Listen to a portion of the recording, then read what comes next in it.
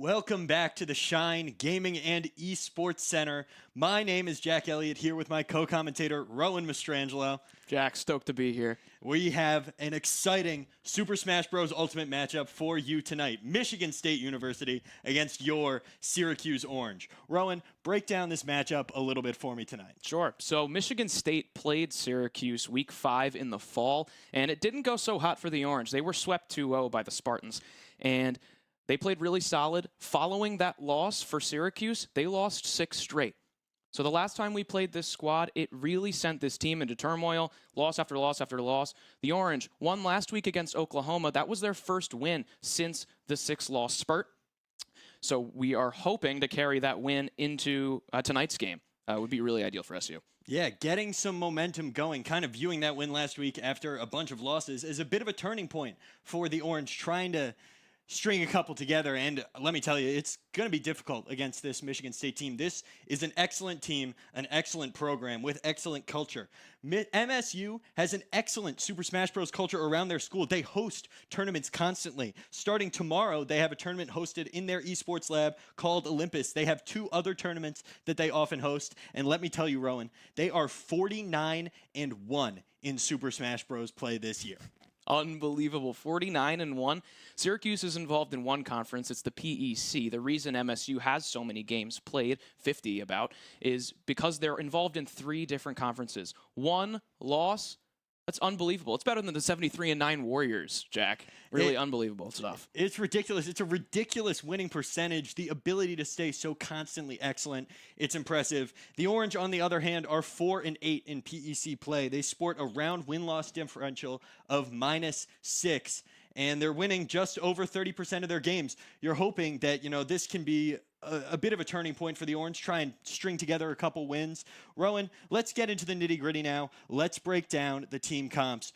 Which characters are you looking for? Anything notable that we're seeing tonight? Sure. So the reason MSU, one of the main reasons, rather, MSU was so effective against the Syracuse Orange is because our roster is majorly comprised of melee fighters, fighters that like to get in close and personal with the other players, not projectile-based fighters that like to keep their space and fight from a distance and get chippy little hits via things that you throw, for example. But their primary fighter was Palutena, who is one of those characters, a ranger, who stacks up very well against Syracuse's lineup. She took, get this, 10 consecutive stocks off of the Syracuse Orange. That is the most consecutive stocks taken off this team all this season through PEC play. However, Jack, we've gotten word before this broadcast that Palutena will not be present tonight. That is a huge advantage for the Orange. This MSU squad is 12-0 in PEC play, largely due to the excellence of this fighter. She won't be here tonight. Yeah, we're hoping to see now with that absence. This is going to be an excellent matchup. The Orange can look to strike while the proverbial iron is hot.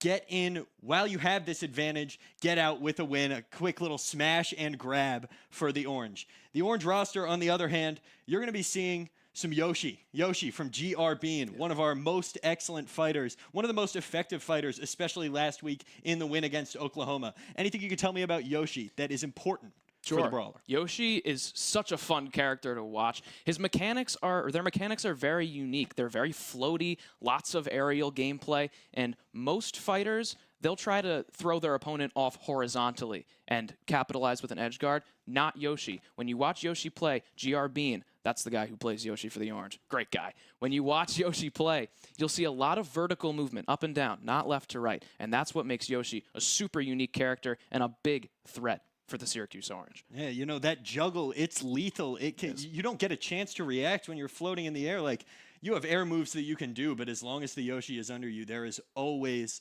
a risk of just an up B, an up air, taking a tail whip even. It's not ideal if you get launched into the air by Yoshi. Other excellent players for the Orange, we got a Luigi. That's Sarvi. Luigi will play a big part. That 0 to 100 combo, if that gets hit, it's wraps. It's wraps. I will, frankly, combust if a 0 to death gets hit by the Syracuse Orange. I've never seen one in person. I've seen clips on YouTube all the time, and they're electric, but I've never seen one in person. And Luigi, one of the few characters that are capable of doing 0 to death. Another one, which we'll likely see here from MSU today, is Kazuya. Kazuya. Kazuya, thank you. Apologies. Is Kazuya a really heavy melee-based fighter capable of 0 to deaths, just like Luigi is? Would love to see one out of those two fighters today. And quite frankly, any moment like that would be absolutely electric to see on stream. Now, let's break down the format of the game for you today.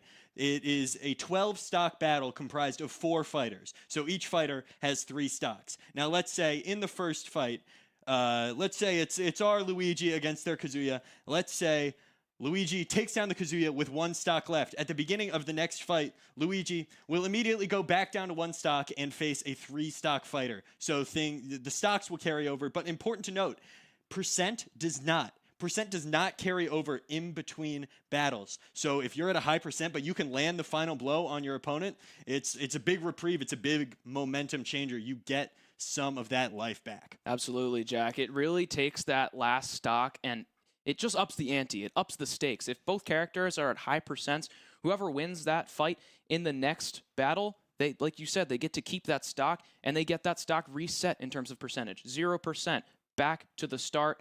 Really, really brilliant stuff. Some tournaments outside of, and some leagues outside of the one that we're in here, the PEC, a lot of them just do 3 stock versus 3 stocks. So a fighter will fight another fighter, 3 stocks, whichever fighter wins, that's it, and they run it back 3 stocks again. This format is really interesting. It is a little more fair, I would say. It's a more accurate reflection of how many stocks your team has, and it requires the team to work together a little bit. If you didn't have this format, you could leave one fighter in, and they would just keep recycling their 3 stocks and 3 stocks, but this requires the Orange and the Spartans to really work all of the players on the roster. Yeah, so let's talk about that.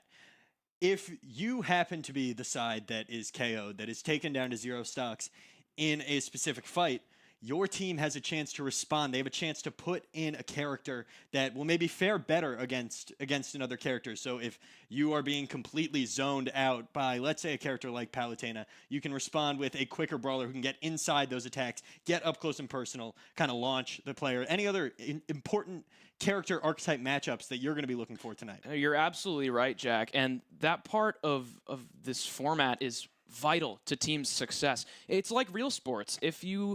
In basketball, for example, if you've got a player who is consistently driving to the basket and getting inside, you're going to want a defender who excels at keeping them as far away from the basket as possible. It's just matchup differentials here, and it's the same thing in Smash. If there's a fighter that's fighting a certain way, you want to pair them against one of your own who's good at countering. It really is just like a sport. It's very interesting. For the Syracuse Orange, like we said previously, it's a very melee-centered lineup. And so I'll be expecting from MSU to really, ideally not, but capitalize on those lineups with more projectile-heavy characters. That is generally how you can really create that space with those melee characters and ensure that they can't use their strengths to their utmost extent. And keeping some space. Yeah, I like what you said. It is like a physical sport in that the coaching is really one of the most important parts here. The picking of the next character, getting the favorable matchups, getting the ISO that you want. Let's see, Rowan. Is there anything else on the Syracuse roster that you'd like to talk about? Anything you want to focus on before we get into the games here? The Syracuse roster? Well, I want to pay more attention to GR Bean here and Sarvi. Really dynamic duo for the Orange. Specifically Sarvi, who is fighting as Luigi. I want us to look out for those close range attacks. Okay, that's something we'll see a lot of from the Orange, and specifically Sarvi. The combo ability of Yoshi is excellent, has such quick attacks and such low ending lag. It's what makes Luigi such a fearful fighter, and if Sarvi could capitalize on that, it'll really bring SU to contention with this MSU squad. And for those of you at home, the big thing for Luigi is the animation, the speed. It's so crisp, so clean, so the lag is so small, as you said, that it allows you to get those deadly combos in. That's why the 0 to 100 combo works. Something I'm interested to see today. 2 weeks ago, while I was here in the booth, we got to see Min Min fight for Syracuse, and I was a big fan of the way Min Min fought. We're getting our first matchup here now, though. We're getting Falco against Luigi. Rowan, break it down for me. What's Falco going to play like? Falco is an incredibly projectile-heavy character, just as we anticipated. Like I said, this Syracuse lineup, very melee-heavy. Falco is going to be able to create a lot of space between himself and Luigi, which is exactly what he started doing, firing those shots off to begin with. Yeah, Luigi already taking a bunch of hits, getting edge-guarded here by Falco. Great job at the start by Falco to get some of those projectile hits in. A nice edge guard here. Luigi breaks back inside, needs to land a couple hits, already up at 76%, getting close to that knockout zone. Up to 87, being juggled now by the Falco in the air. Up to nearly 100% now. This is a really tough spot for Luigi to be in. You want Luigi to control the center of the stage. Falco has excellent projectiles, solid edge guarding, but Luigi really poor once he gets off stage. His recovery with the side B and the up B is extremely predictable, making it easy for other teams to capitalize on his weaknesses. A big up B from SU. The momentum was down for Syracuse, and now it's up. Big stock for the Orange. Huge stock, a low percentage knockout there for the Orange. Really exactly what you need to see there from Luigi, and Luigi, that is something that he does best. And there goes Luigi. Nice knockout there from the Falco. Back on even stock, back pretty much on even percent. We're starting again, folks. I really liked what I saw there from Luigi. He kind of struggles in those higher percents because he's so reliant on starting combos early on in the match when their characters are at low percent, but he took advantage there. He nailed that up B, which is such a great kill move from Luigi. It's hard to land. The hitbox is so small, but he did a great job there. Yeah, now taking a bunch of hits. Hasn't landed a hit on Falco since the knockout. Really, the projectile spacing is just so impressive from Falco. Up to 89%, now up to 100%. And a great hit there, almost a knockout in the knockout zone for sure. Luigi going to try and recover. The edge guard here from Falco is so impressive. Luigi going to land a couple hits there, though. I mean, most players would be really concerned when they're in this spot, but Jack, this is exactly what we saw just 45 seconds ago. Luigi at 100%, Falco had around 20, and who took the stock first? It was Luigi, and Falco already up to 50% in that middle percent range. Syracuse looking for some attacks here. Yeah, almost a knockout there, up to 134% here for Luigi. Not ideal, but you know, as we said, almost another knockout. Manages to recover. Impressive stuff there from Sarvi, but there's the knockout blow from the Falco. 2-1 here now. Falco with a really solid lead. He shouldn't be stressing until he gets around 80-90%. That's when Luigi can really become a threat in terms of kill moves, but anything can happen, folks. Yeah, Falco, once again, just needs to create a little bit of space if he's going to take out Sarvi, finish Sarvi. But Sarvi doing a good job staying inside, driving up the percent on the Falco. Nice little combo hit, nice little drive into the ground there. Launched off the edge, Falco can now go for another edge guard. Disgusting play here from Falco, really. We saw a lot of the projectiles early on in the game from Falco, but as we get to these more middle percents, he's so comfortable using those melee moves, and that's wraps. And that's going to be a knockout for the Orange early. Sarvi going to be taken down by the Falco. 2 stock left for the Falco, and the Falco was getting up there in percent, folks. That is a really nice reset for this MSU team. It is. The Syracuse Orange started strong there, taking the first stock, but I was really impressed with what I saw from Falco. A projectile-reliant character, for sure, but once Luigi entered that 40 to 50 to 60% range, Falco was getting close and personal, Jack. Real close and personal with the grab game. Hit a great down air when Luigi was in the air to string some combos together. Neutral air, excellent. So really utilizing Falco's entire kit against Luigi there. Yeah, it seemed like Luigi just wasn't prepared for that sudden spurt of aggressiveness. That sudden aggressiveness, the down air, as you said, the bounce into the straight combo, really impressive stuff. Falco managing to keep distance, but knowing exactly when to close it. And Luigi, honestly, Luigi's recovery, just not good enough in that situation. That's a character problem. It is. There were so many times where Luigi would try to get on stage and Falco throw him right back off. Luigi try to get back on stage, and it keeps on going and going and going. Luigi's recovery, it relies on 2 moves. That side B where he goes horizontal and launches himself towards the stage, and the up B where he shoots vertically back up. It's very predictable, and it allows for really easy edge guarding for the opponents. It's really Luigi's only gripe, because when they're getting close and personal, Luigi, that is, he's excellent. He can string together a lot of combos really quick, high percents, but once he's off stage, he's got a really tough time coming back. And now we're going to see the much talked about in our pregame, GR Bean, try and take down this Falco. An interesting choice. Falco going to take his stock there, and we are off, folks. GR Bean, as we talked about, really looking to try and juggle that Falco. But Falco, as we saw in that first game, the projectiles are going to be what's most important. Impressive shielding so far, though, from GR Bean. I like this pick a lot here. GR being arguably the best character on, or the best fighter rather, on the Syracuse roster. Luigi, a great combo-heavy character, and we discussed Luigi earlier in the pregame. Actually, not going so hot here for the Orange, but watch out for a lot of vertical play from Yoshi here. Yeah, Falco kind of operating in Yoshi's territory so far, flicking Yoshi up into the air, getting some combo hits off in the air, all the way up at 100% now, compared to just 12% from the Falco. We are in the knockout zone again, folks, and that is a nice hit, almost a knockout again. Good recovery from Yoshi, trying to get back on the stage, not get egg guarded. Another hit, launched off the stage. Not ideal so far for the Orange, not what you want to see. This is really tough for Syracuse here. Falco's doing a great job controlling the center of the stage and forcing Yoshi to make ends meet on the edge, which is one of his weaknesses. Here we go, folks. 144% compared to just 17 for the Falco. Falco down a stock would be huge if Falco could get back on even stocks with GR Bean here. GR Bean trying to land some hits in the air. Not going well, but flips the script, kind of pushes the Falco off stage there. Really an impressive job. Hasn't taken a knockout hit so far. Another big hit there, and trying to stay alive, trying to get back from off the edge here for Syracuse.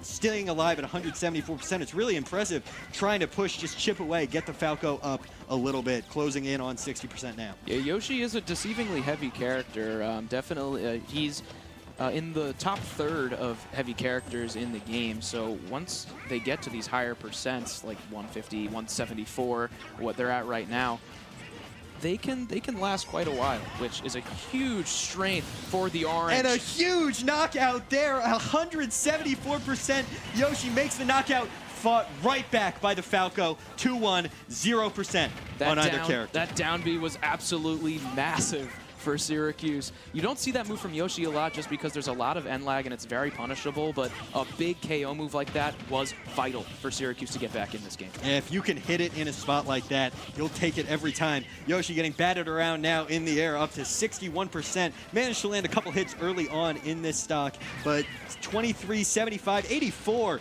Wow, some impressive combos again from the Falco and Yoshi, but we know Yoshi can play from behind, as we just saw. Yeah, he can. He definitely can. Yoshi's got a lot of stamina in terms of percent, given their weight. Falco, I'd love to commend Falco here, doing a really excellent job evading Yoshi's vertical play. Wow, big kill there from Falco. Yeah, the knockout was really impressive there from Falco. Yoshi now just needs to end this stock with end this Falco's run without taking any more. That would really be what would be ideal for the Orange. It would. To have two characters stay. Oh! That's wraps. Holy moly, look at that. Yeah, that'll do it for Falco. Really just couldn't time the recovery right. Gonna go off the stage and not make it back on. GR Bean with an impressive play there. Took two stock, but managed to end a Falco who is dominant in the first run. 9-7 MSU right now is the score. That was a really, really big performance from the Orange. To get a zoner character like Falco out of the game early, really good for Syracuse, especially for GR Bean. Yoshi, a character that doesn't do too well against zoners, so to get a zoner out of the game early is excellent. Yeah, that right there is a spot where you want to turn to one of your best players, and the Orange did, and the Orange saw it go in their favor, saw it do what they wanted to do. Now, GR Bean, one stock, wants to take one, hopefully maybe two off of this next MSU pick. If you're MSU, though, who do you pick to not only take out this Yoshi, but look ahead to the next matchup, Rowan? You keep throwing zoners. Not only do zoners counter Yoshi, but they counter a vast majority of our lineup. We've got a ton of fighters here for Syracuse that like to specialize in melee combat. Me Brawler, for example, Lucina. These characters lack projectiles, and the way you counter those is by keeping the space so they can't do anything offensive towards you. Getting Falco out of the way was excellent for Syracuse, but they need to stay locked in when it comes to getting these projectile-based characters out of the way. They're very threatening against characters like Yoshi and the other ones left to come for the Orange. Absolutely, and it's kind of, you don't want to see that one trick from the Orange. because it's easily counterable. It's easily, if you throw one type of character out there against them, it's really, really tough for them to deal with. And I'm hoping to see a GRB. Obviously, we hope GRB goes one stock and takes all three, but I'm hoping to see GRB take one, maybe two, off of whoever this next pick is for the Spartans. That would really be an ideal situation here for the Orange. Agreed. What I will say here for the Orange that is great is that GRB, arguably our best player, he's on for another stock. That's great. He could have gotten eliminated by Falco, and frankly, paper to paper, Falco, I would say, outplays Luigi just because of the range variable. So the fact that GRB is still on stage and gets an opportunity to take a few more stocks is really good. If you want someone to take a stock for the Orange, my vote is for GRB. Absolutely. If you want somebody to kind of keep the momentum flowing in the right direction, this is going to be your guy. And, it's going to be interesting to see how MSU counters perhaps the Orange's best player if they've done that. And they're going to go with Ness. Rowan, tell me a little bit about Ness. It's a terrific pick from MSU. Ness is an extremely projectile-heavy character while also being able to utilize combo ability. This is a great pick from MSU. Yeah, we're going to see. Yoshi's going to take his stock here. 3-1 is the way that we're going to start it off. And let's see what the Orange can do. Yoshi's going to have to get in close because, I mean, as we said, this Ness, that electric charge that goes around, so deadly, can go so many places. Yoshi, nice shield there. Get in close. Try and land a couple hits. Yoshi going to take a couple hits there, though, now. A couple great combos from Ness. Yoshi all the way up to 44%. Ness has actually really similar qualities to Yoshi. For that second jump that Ness takes, Ness is very floaty, and Yoshi's second jump also very floaty. Just realized that. Really interesting character mechanics. Some similarities. Yeah, two floaty characters. Yoshi all the way up to 101% now, though. Getting a couple hits from Ness in the knockout zone. Going to try an edge guard here. Bashed off stage, off screen, and a nice KO hit. No, Yoshi manages to stay alive. That was incredibly impressive. But there is the final knockout blow. And GRB officially taken out of this round. Yeah, that didn't take very long, Jack. It's unfortunate. But it was absolutely the right call from MSU to throw Ness in the mix. What I am surprised about is that Ness's playstyle, not very projectile heavy. A lot of forward air to neutral air to forward air combos, a lot of throwing them off stage, and there wasn't a ton of edge guarding with the projectiles. It was mostly melee combat, and it's not something you see a lot out of Ness. They're usually very reliant on the PK fire, which, oh my goodness, if you've ever played Smash online and you go against the Ness, PK fire is the most infuriating move. It's ridiculous. But we didn't see a lot of it there, which makes me happy. Yeah, something about the little voice he says it is. It's like really, it's grating. It is grating. It gets on your nerves. Oh my God. But the Ness, they're playing up close and personal, going off stage to meet Luigi, especially for that final knockout. And that's something that I guess you don't really see a lot of with Ness. Maybe going to see a little bit more of that PK fire. But interesting, when we were preparing for this, we talked a lot about the Palutena who did not end up being here. And one of the defining things about that Palutena was her willingness to get up close and personal, play a zoner like more of a brawler, get in the enemy's faces. And we saw the same thing there from the Ness, and I think that's a really interesting comparison to draw. It's a great point, Jack. It really is. Something that separates good fighters and great fighters is your ability to be multifaceted and not be limited by what your character's true strengths are, and MSU does that so well, as we see a Lucina come out here for the Orange. Yeah, Lucina, a sword character here for the Orange compared to Ness's. I mean, maybe they saw that up close and personal play style. Ness taking a couple hits there, so good adjustment here from the Orange so far. Goes for the grab, misses the grab, misses a couple hits, unfortunately, but still on that percentage advantage. Ness going to try and land. Saw the PK fire come out there a little bit, and now back on even percentage terms.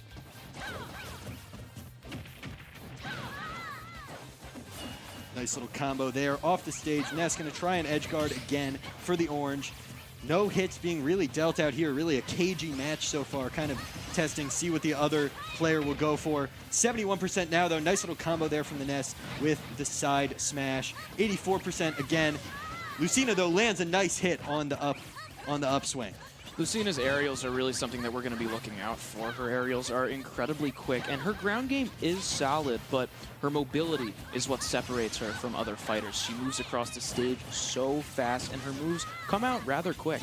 Yeah, nice counter there from the edge guard. Get a hit in on Ness, up to 106, 88% now, really in the knockout zone. And a nice hit there from Nez with the Thunder and a knockout for the Orange. So the Orange lose another stock against this impressive Ness player.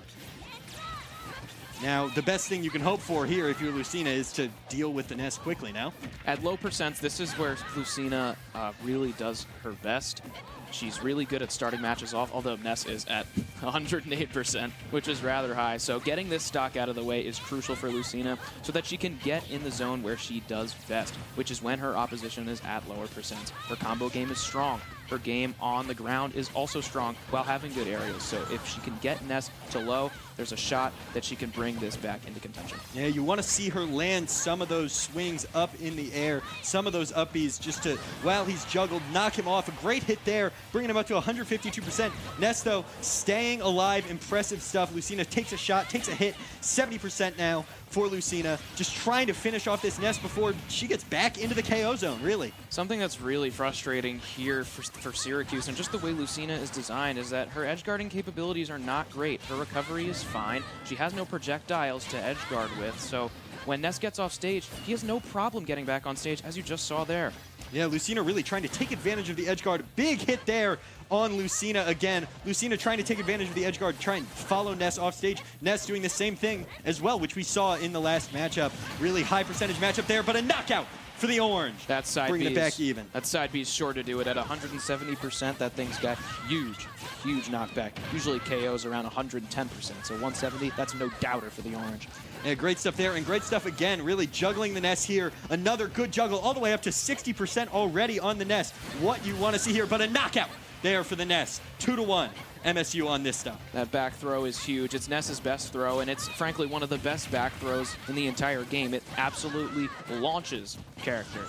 Yeah, you know what? That's not what you want to see, but, you know, another good juggle here for the Orange, for Lucina, for Obi. Obi, the player who is controlling our Lucina here.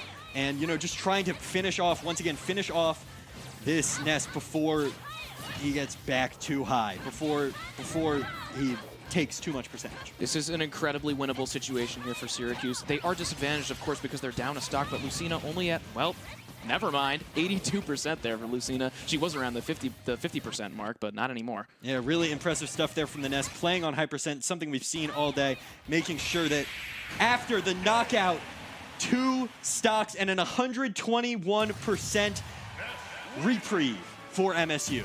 Not ideal. Big win for MSU there. When you're in a stock and you're at that high of a percent, you want to win so bad because that stock, it gets reset back to 0 the next time around. So we'll head into the next matchup. Ness will stay for MSU, and he'll have 2 stocks, 2 whole stocks to Syracuse's 3. Not a huge advantage there for the Orange, especially considering how nasty Ness has been cooking in the kitchen. Holy moly. Yeah, it was impressive stuff from the Ness. Now 2 games running. The Ness just really dominant. Syracuse now down 8 stocks to 3. This is the final 3 stocks for the Orange.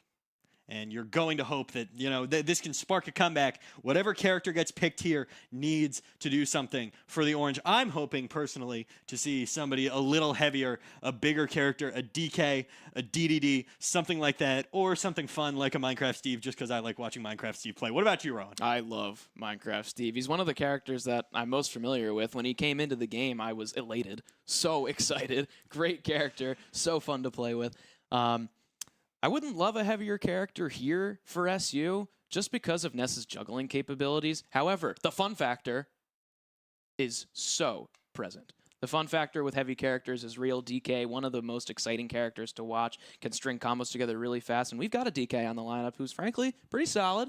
Yep, hitting the bongos as he does. I like when he does that. That's one of my favorite moves in the whole game. Yeah. I think he looks really funny. But we are going to see one of the more projectile-based characters here for the Orange. A nice zoner pick in Mega Man from Quick, who will be controlling for the Orange. Quick, he's a switch hitter for the Orange. He mains Steve and Mega Man. Going with Mega Man here, and I do like this matchup more. Steve, obviously one of the most respected fighters, or one of the best fighters, rather, in the game. But Mega Man, more projectile heavy, and the Orange have gone with melee fighters to counter projectile characters, which in theory should work because they're able to get in their face and reduce the effects of their projectiles. But Ness, he's got really solid melee game.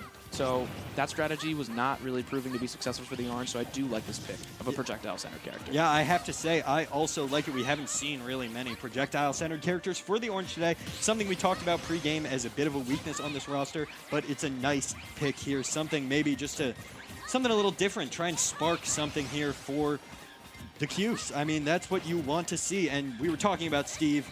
Obviously, same player, different main. Really excited to see what he can do here. A nice little hit there up.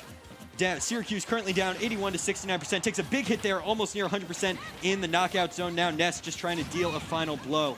And that would not be what you want to see early from the Orange. You saw 2 times there, those little shot, 3 times now, those little shock waves coming above Mega Man's head. That's his up smash. It's really solid. It comes out on frame 8, so it's very fast, but it's a high risk, high reward play. It comes out fast, but there's a ton of end lag.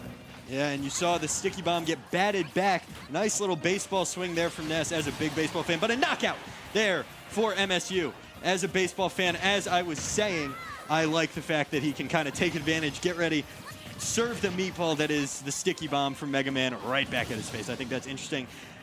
Fortunately, Mega Man just couldn't get the recovery there, and Syracuse now down 2 stocks to 1 on this one. In danger of losing this first bout, this first matchup.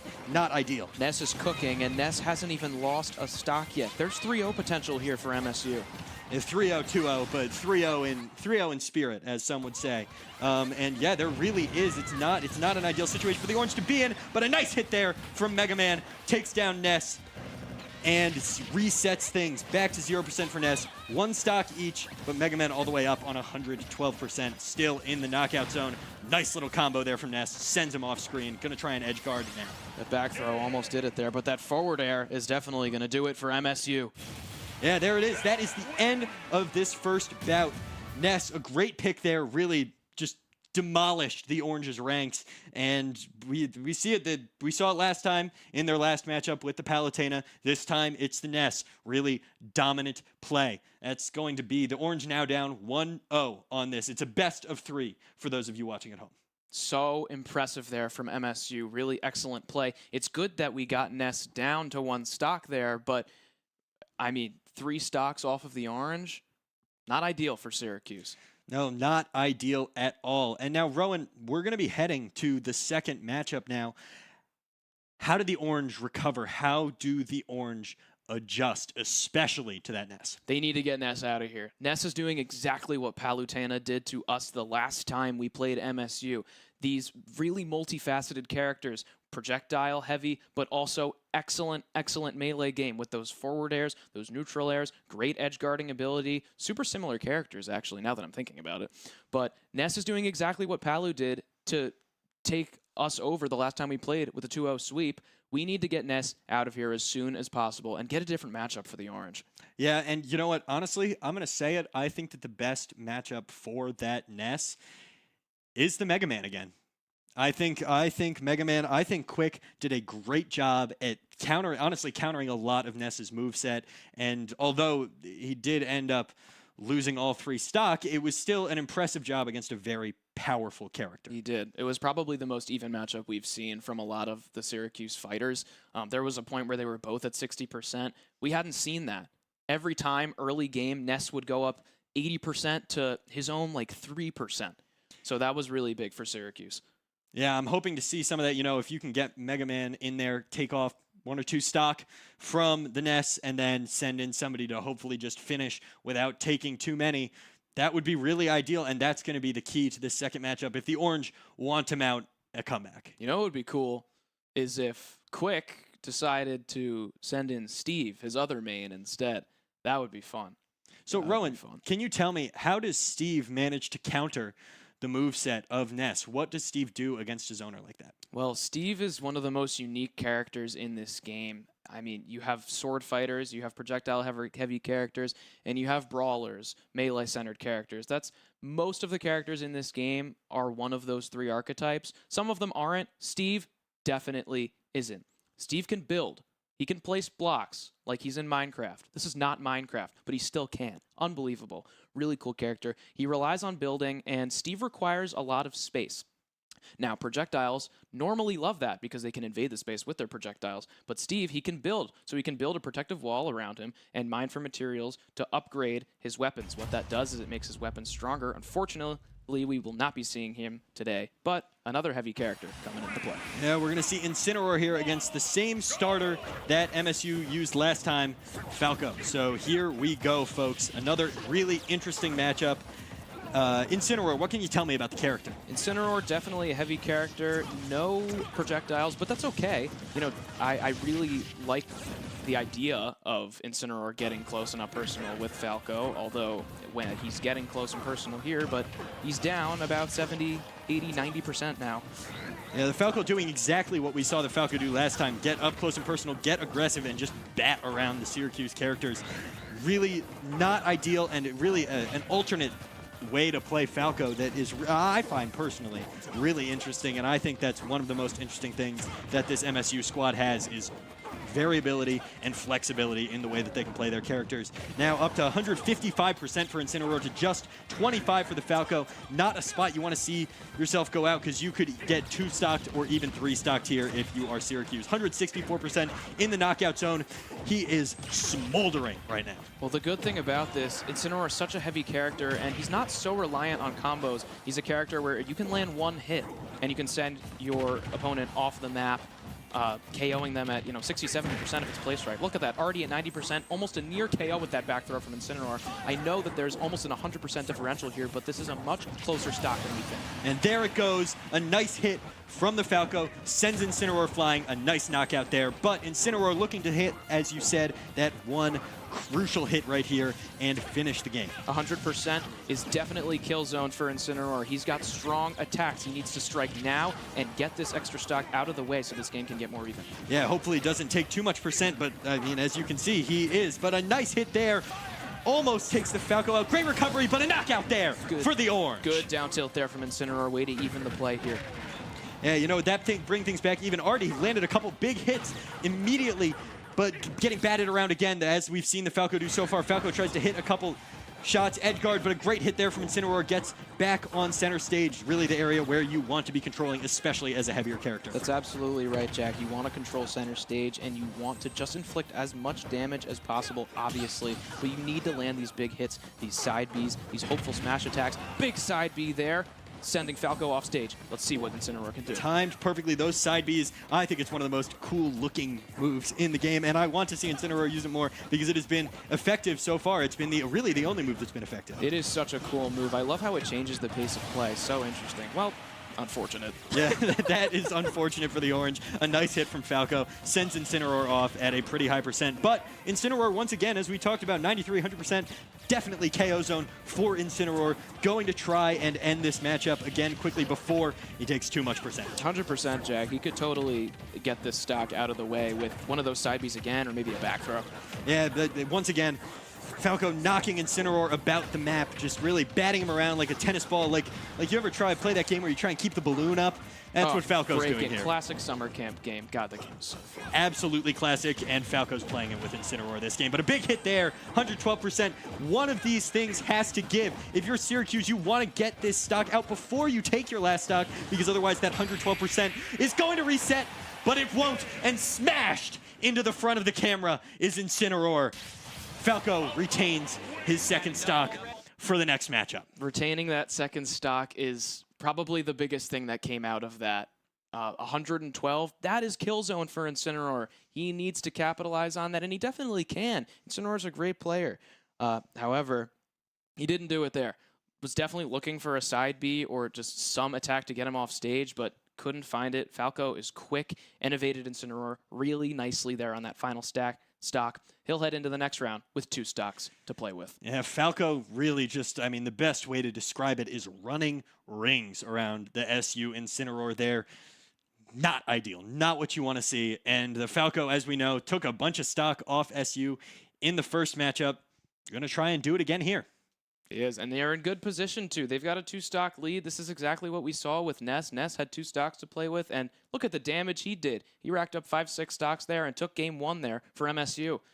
Yeah, and we saw the Falco do it as well. And everything that I've seen so far, one of the biggest things I've seen for MSU is they get so aggressive early game. They are able to deal 40, 50, 60% in the first 10, 15 seconds of the matchup. And that just puts you at an instant disadvantage if you're the Orange. That just puts you down already, and it's one of the biggest things right now that is causing MSU to win this game. It's absolutely true, Jack. They're doing it in a lot of different ways as well. The characters that we've seen so far, Falco and Ness, like mainly, are so multifaceted. I've said that word so many times, but it's so true, and it's what makes this MSU lineup so effective. They have the ability to get in close, but also stay away if they want. Yeah, and that's what the Orange are struggling with. They really are. Really being able to take damage out and away, but we're going to see one of the best players, one of the most effective players on the Syracuse team here try and counter this impressive Falco play. GR Bean with Yoshi. Matchup starts now, folks. This is obviously a really reliable pick for SU, GR being one of the best players on the roster, if not the best, in my opinion. I predict Yoshi using that eggshell a lot to hide from projectiles. It's got a really solid shield, and it covers the entire body as opposed to a standard shield. So hopefully GR Bean will utilize that to deflect some of the projectiles, as he just did right there. Yeah, absolutely. And that's one of my most impressive things. One of the things that I find most impressive with GR Bean's play is that ability to shield. He has such excellent timing with the shield. Really great stuff. You see it again there, and able to just land a combo out immediately, try and edge guard a little bit. Yoshi got to get back on stage, but going to try and go follow Falco off the stage, land a couple hits. Nice tail whip in the air there. 75 to 45. Really something that you like to see here for the Orange so far. Yeah, that egg shield is such a unique move. It covers the entire body, so you can't get, they call it shield poke. Sometimes the shield deteriorates and certain parts of the fighter become more vulnerable, and you can just chip and poke and deal a hit. Not with Yoshi, though. That egg shield makes that tech not possible. Yeah, Rowan, is Yoshi the only character that has a shield like that, that has a shield that covers the entire body? Do you know? I believe so. And that's one of the really unique things, and really something that Yoshi is using to his advantage so far. Takes a nice hit there. Falco going to try and edge guard, going to try and get up close. Lands a nice combo. 85, 83%. Even percentage right now. Yoshi got to get back on, get back towards the middle. Gets battered up again, up into the kill zone now. The knockout zone, folks, here. 20% differential. Yoshi trying to maintain control of the middle. Yoshi, we said this before, he is one of the heavier characters in the game, so hopefully he can make this 115 last. Definitely should be able to get sent off stage there. 140. Now we're really approaching the danger zone as Falco nails an up air. Yeah, that's really nice stuff from Falco. Not ideal for the Orange, but as we said, we want Yoshi to finish off these 2 stocks here. That would be really the most ideal thing. No matter the cost, this Falco is just so impressive. You need to get through. Now it's an even game, so Syracuse had the 1 stock advantage. Ooh, nasty little combo there from the Orange. Yeah, that was great. The lift up off of the thing and a knockout there for the Orange. Sent him, atomized him into the background. Impressive stuff. Yoshi still on pretty low percent. Can really, keeping 2 stocks here would be incredibly clutch and incredibly ideal for the Orange. It would be, Jack. That was a really well-placed back air from Yoshi to take that final stock out of the Spartan's hands. It's a multi-hit move, and it's one of the few multi-hit moves in Syracuse in Yoshi's arsenal. Really well-timed there. Yeah, Yoshi getting batted around again. Once again, the Falco just proving to be so quick, so impressively quick, getting around the Syracuse characters, and a knockout there for MSU. Back on even stock and almost even percentage, really, 30% to about 0. Taking a couple hits now, though. Yoshi needs to start landing some hits on Falco. This is it, Jack. I mean, Falco's been in here long enough. I want to see another fighter from MSU, but I also want to see GR Bean show us what he's capable of. He's such an excellent fighter, especially against these types of characters that are projectile. He's so aggressive, so invasive. Would love to see it work out here, as it seems to be doing. Almost 30-40% there dealt from Yoshi. Yeah, really impressive stuff. You know, and one of the things right here is GR Bean's missing a couple of those juggles that Falco just doesn't seem to be capable of missing today. But there he goes. He hits a juggle there. Going to try and land another juggle. Some of those tail whips, though, just couple frames off of actually connecting with Falco. Falco, though, up in the kill zone, 106% to 102% now, both in the knockout zone here. This is getting close, Jack. This is getting really close. Yoshi desperately looking for that up tilt, up air combo. It's a really solid kill confirm. Hoping he can get it. Back air there, sends him off stage. Yeah, 120 to 113, really high stock, each at 1 stock.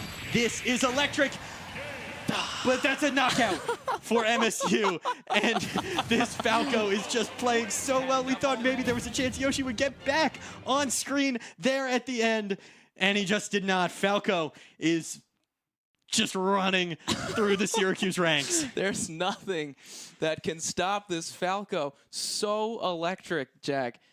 Brilliant spacing there. GR Bean, if you want to test your skills with the Syracuse Orange roster, you go against GR Bean. He's solid, really good fighter. And Falco just took care of him in, what, 2 stocks? 1 stock. 1 stock? 1 stock. Oh, my goodness. And once again, cow. that momentum, you get the percentage reset. You get back down to 0% from all the way up at like 120. So momentum killing. It is momentum killing for the Orange, and it just adds to the momentum that MSU's been racking up this whole game with Ness and now Falco. We saw Falco previously, and his time was limited. He did pretty well against the Orange, but that time around, he's been on screen for quite a while now, Jack. Yeah, we've seen a lot of Falco in this second game. 10-6 now is the stock count. So Syracuse down 4, down over a full character.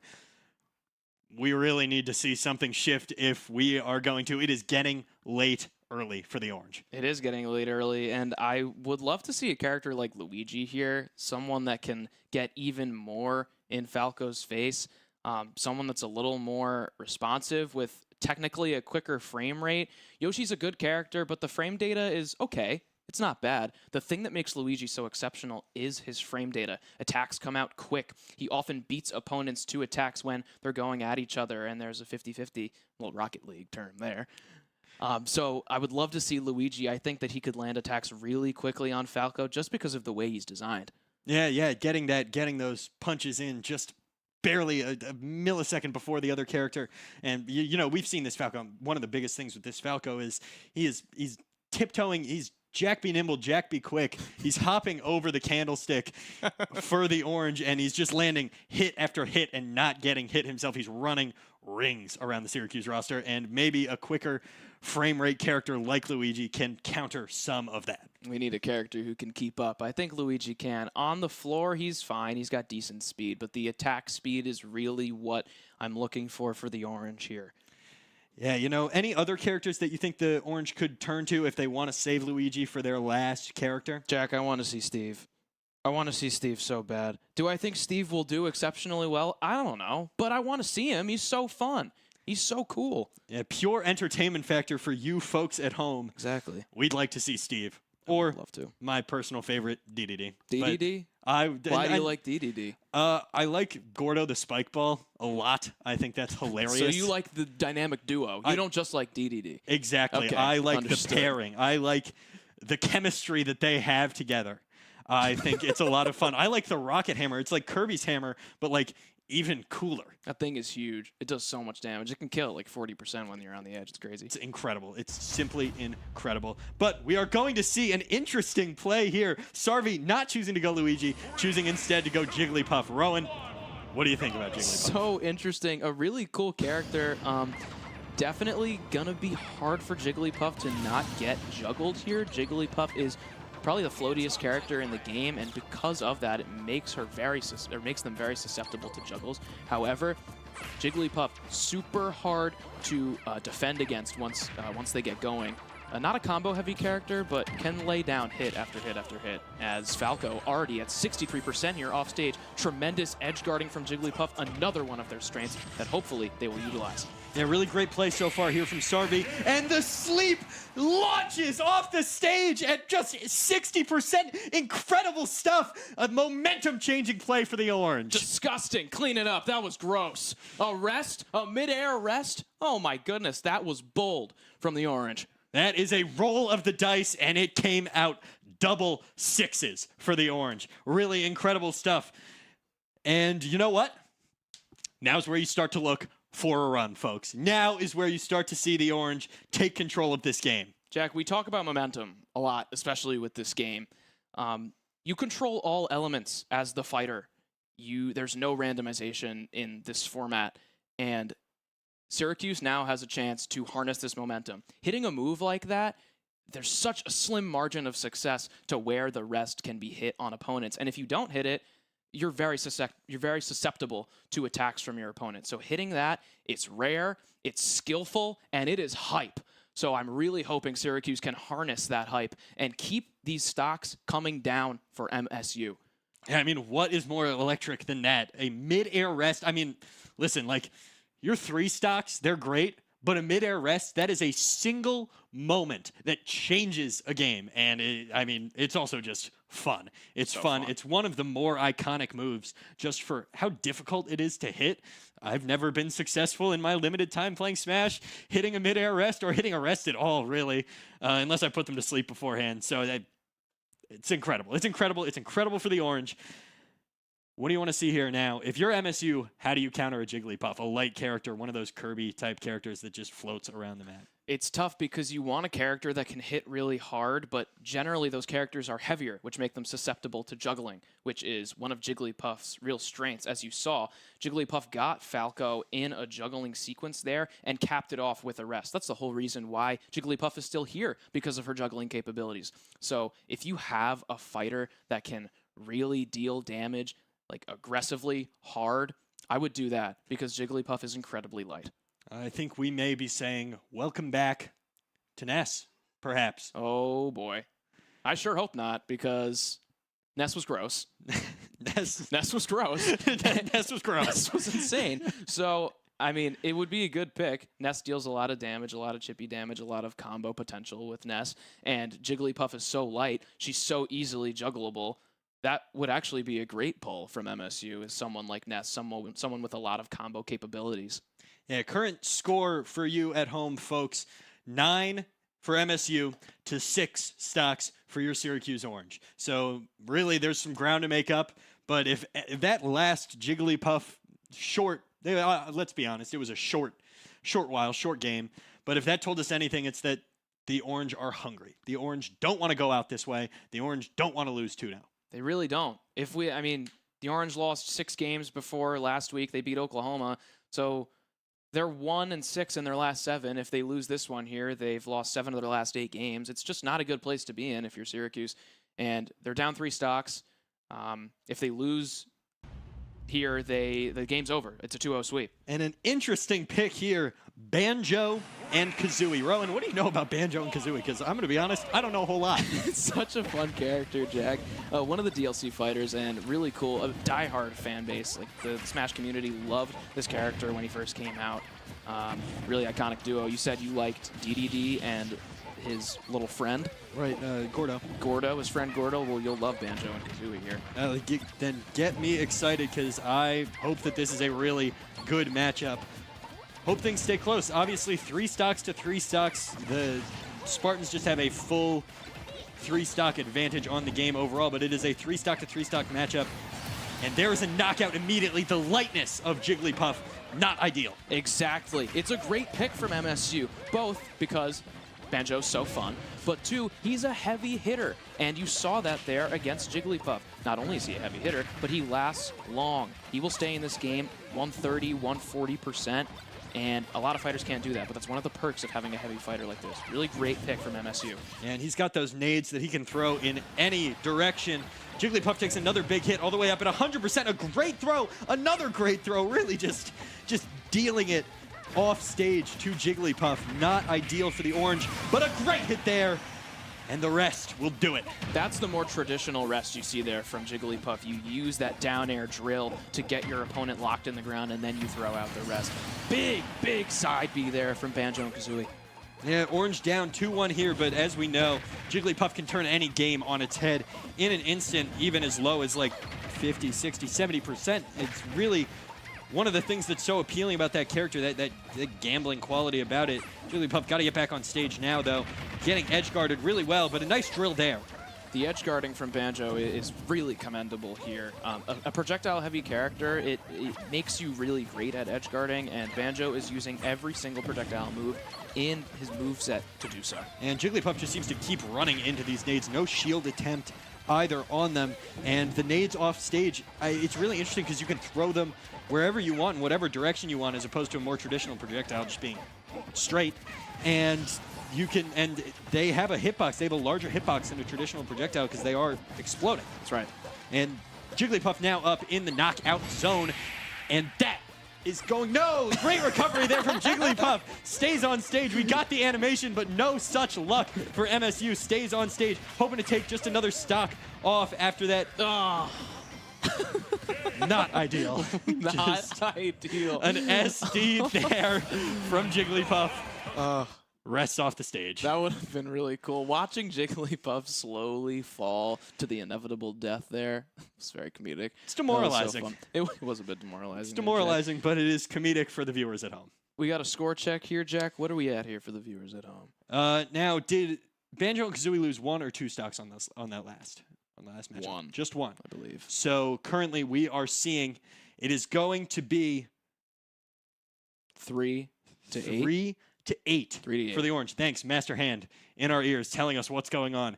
3 to 8. The Orange down 3 to 8. 5 stocks. They were in a similar position last game with the Ness, and well, we all know how that went. We did. That was fun though. I really, even though Syracuse, couldn't take down Banjo, that was a really entertaining matchup. Jigglypuff, such a fun fighter to watch, such unique mechanics, so floaty, has multiple jumps off the edge, really unpredictable. And Banjo, such a fun fighter. There's always stuff flying across the screen when you play Banjo and Kazooie with the grenades and the eggs. So fun. Absolutely. And the DLC fighters, I will say, something that a lot of video games take flack for is when they add DLC fighters, they're derivative, they're unoriginal, they don't do a lot. Smash does some of the best DLC work of any game. The ability of the developers to take DLC fighters, make them unique. I mean, obviously, we talked about Minecraft Steve. We're talking now about Banjo-Kazooie. Think about Joker. Mm-hmm. Characters like that, it's really impressive and makes for really exciting matchups. You have a favorite DLC character? I mean, it's Minecraft Steve. Okay. But it's a fair take. It's a basic take. It's a fair take. It's a fair take. What about you? I would agree. Yeah, it's Minecraft Steve. Besides that, though, right? Probably Banjo and Kazooie. I like the more childish characters. I don't love the.